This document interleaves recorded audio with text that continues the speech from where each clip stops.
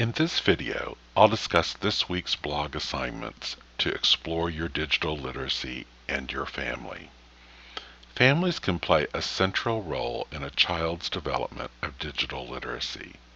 First, digital devices are often given by parents or grandparents, and older brothers and sisters pass devices and knowledge about the digital world down to younger siblings. However, digital knowledge doesn't always flow downstream from older to younger. It can just as likely flow upstream, where you teach older family members something new. Digital literacy activities are common in families, but most of the time we don't think much about them. This week, you'll change that. Your blogging this week gives you the opportunity to recall, investigate, and make sense of the role your family played in your digital development. For your ILB work this week, begin by involving your family in the process. If you can, interview them either in person, online, over the phone, or through email. They can help you answer the questions on your to-do list.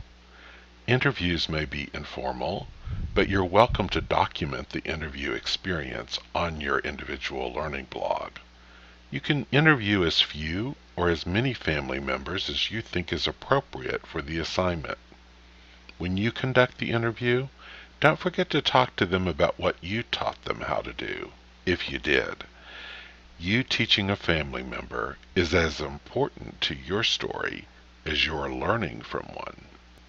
Having a conversation with family members about the digital world will help you better understand their perspective and how your thinking about the digital world may have been influenced by them. You see, when we share digital knowledge with one another, we're also sharing our values of the digital world. Digital activities are not value neutral. When we share, it is because we think something is important. If your dad or your cousin taught you how to do something, they were passing on values of what they thought was worthwhile. Reflect on those moments. Likewise, when we don't share, it means something isn't important to us. This applies to the digital world. Family members who don't participate in the digital world also pass values about it to us. Don't leave them out of your discussion when you're considering the values you've developed. What reasons do they give for not participating? How has their lack of participation influenced you? For your class blog assignment, you'll read the article Teens, Porn, and the Digital Age. Then write an essay where you discuss how your family handled this issue and how you would approach it if you were a parent.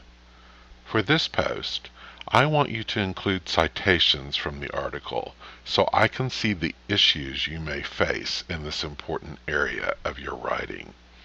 If you're unsure of how to incorporate sources, it might be time for a quick trip to the University Writing Center. The phone number can be found on the syllabus, too.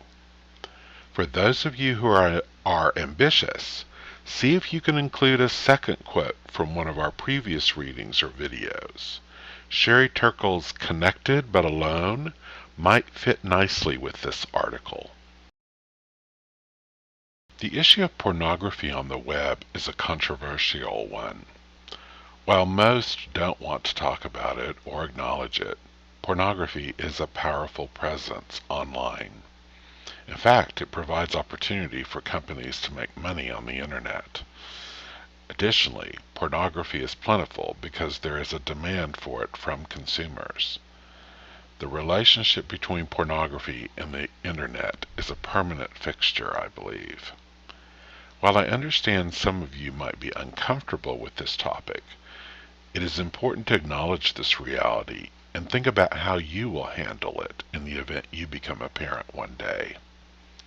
In addition, thinking critically now about the internet and pornography is important to your digital literacy development. I look forward to reading what you have to say. See you in class.